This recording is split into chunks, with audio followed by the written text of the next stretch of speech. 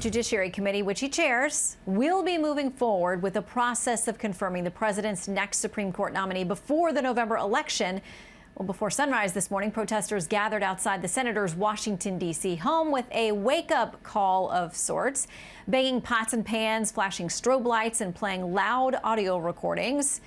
Well, his home was not the only one targeted this weekend, so let's talk about where we are in this moment with the co-chair of the Hometown Values PAC, attorney Ethan Behrman, and member of the U.S. Commission on Civil Rights, so speaking on his own behalf, not the Commission's tonight, attorney Peter Kirsanow. Good to have you both back with us tonight. Thanks, Shannon. Hi, Shannon. Okay, so in Alex's report, she talked about this new move by the DOJ that they could identify these various cities, Portland, New York, and Seattle, as essentially giving up on law enforcement, and they could look at whether federal funding could be cut in some fashion to those cities. The Guardian says this: the move is an explicitly political gambit, part of the Trump administration's law and order re-election push. In seeking to withdraw federal funding from the three cities, the DOJ is likely to be stymied in the courts. All right, Peter, a stunt or a move that would actually have some teeth to it? Well, whether or not it has some teeth to it remains to be seen, but the United States is undergoing an institutional stress test that transcends presidential politics, a confirmation battle, or anything like that. For 4 months, we've seen violence in the streets, and in many jurisdictions, they're responding by an insane effort to defund the very institutions that will protect the citizenry. So we've seen a lot of violence, we've seen death, we've seen destruction, we've seen just recently in the last week or so that we've experienced the most destruction in any spate of riots in history, $2 billion worth at minimum. So something needs to be done. If the local individuals abdicate and forswear their first obligation as governmental officials, that is to protect the lives and property of the citizenry, then someone needs to step in and take some type of action. So I applaud the effort. So as we see things cooking up again this weekend and folks showing up at the homes of various GOP Senate leaders to express their frustrations, we have this information from the Pew Research Center. The Washington Post cites this. They say the survey last year found that only 45% of Democrats and just 38% of Republicans say they share any values and goals with members of the other party. And serious scholars are worried that if present trends continue, we could see significant unrest and violence far beyond even today's already alarming levels. Ethan, where do we go from here with this disagreement that's turned violent in many cases?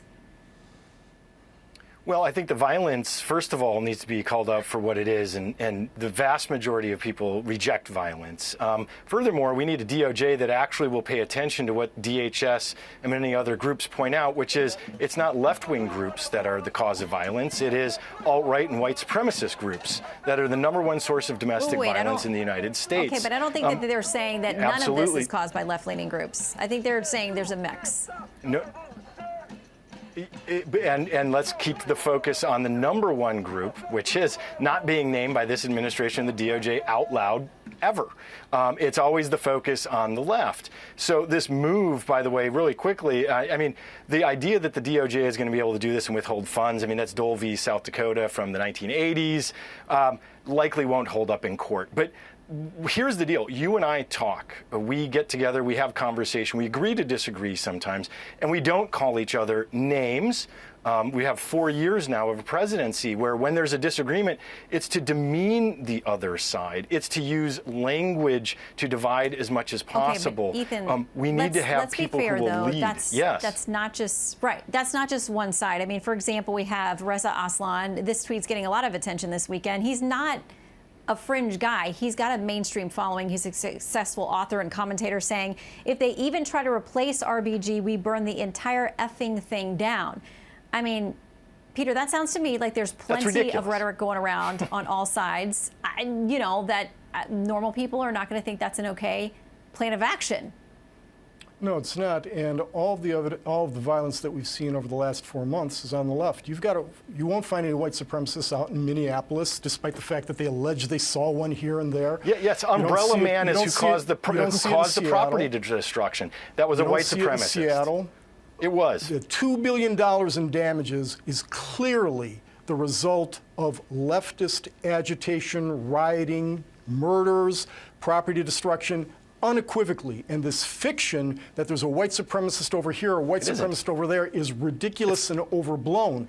This is ridiculous. The fact of the matter is, simply because much of the media doesn't cover these fiery, peaceful protests doesn't mean they didn't happen. Everybody knows this has been on the left. It's been countenanced by mayors on the left, city councils defunding police on the left, not happening in any red cities whatsoever. And something needs to be done by the government, whose primary responsibility is to protect the lives and property of the citizenry. All right, super quick Okay, so word, what about and we the gotta go, armed Ethan. white protesters who took over the Michigan Capitol? Armed white men that got no treatment from law enforcement. That's just such a false narrative that you threw out But again- there. They stormed Did and you see shut violence? down the There was Michigan no Capitol, violence but in that's those not cases. We left, didn't guys. see That's things- not the violence. left. We didn't Was there see, any we did fire? not see the Michigan No action by law Capitol enforcement set to stop afire them. and Congratulations burn to down. the DOJ for doing nothing. Okay, we didn't see those guys burning the place down. So listen, I think folks agree that there are a lot of groups that have hijacked the original message of what started out as peaceful protests, and we've gone somewhere totally different altogether with a number of groups involved. Ethan and Peter, good to have you both. Please come back. Thanks, Shannon.